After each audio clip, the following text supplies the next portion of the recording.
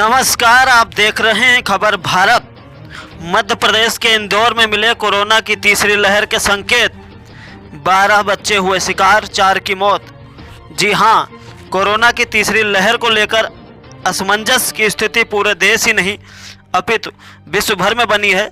कहा जा रहा है इसका असर बड़ों के साथ ही साथ बच्चों पर भी देखने को मिलेगा। यह लहर कब आएगी, कैसे आएगी, कितनी खतरनाक होगी और कैसे इसका उपचार होगा, इस बारे में अभी तो देश क्या पूरी दुनिया खामोश है। विश्व भर के बड़े बड़े डॉक्टर तीसरी लहर की जानकारी जुटाने में लगे हुए हैं। वहीं कई वैज्ञानिक रिसर्च कर रहे हैं तो कोई वैक्सीन ढूंढने में लगा हुआ है।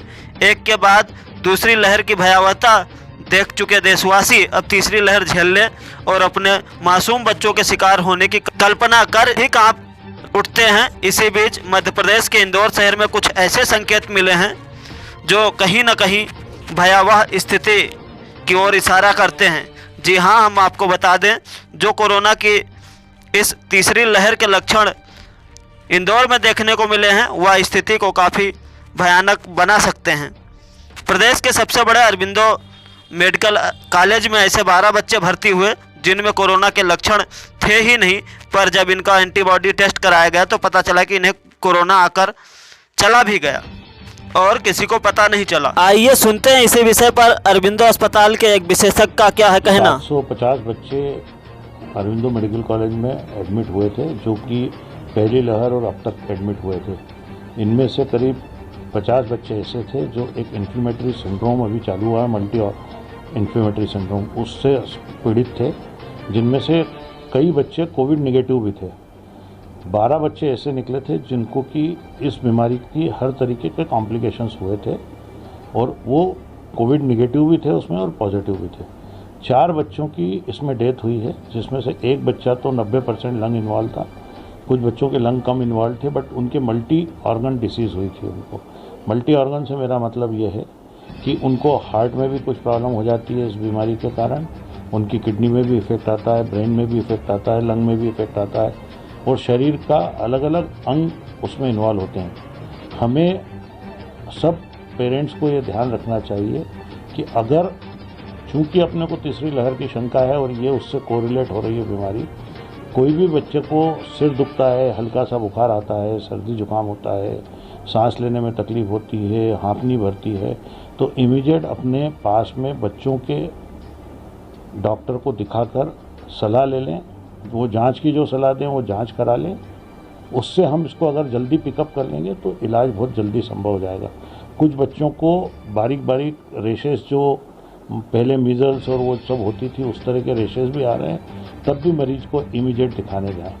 देखिए, तीसरी लहर जब भी आएगी तो ये वाला पार्ट तो उसमें रहेगा ही, तो इसलिए इस पूरे एपिसोड को तीसरी लहर से मिलाया जा सकता है क्योंकि बच्चे वैक्सीनेटेड नहीं। मैं इसके ऊपर एक और बात बताना चाहता हूँ कि इस पिछले 15 दिन में मैंने अपने कॉलेज के जितने भी CT स्कैन हुए हैं, हमने उन पे ये नोटिंग करना शुरू करा पेशेंट की हिस्ट्री लेकर कि इन्होंने वैक्सीन करवाया कि नहीं करवाया।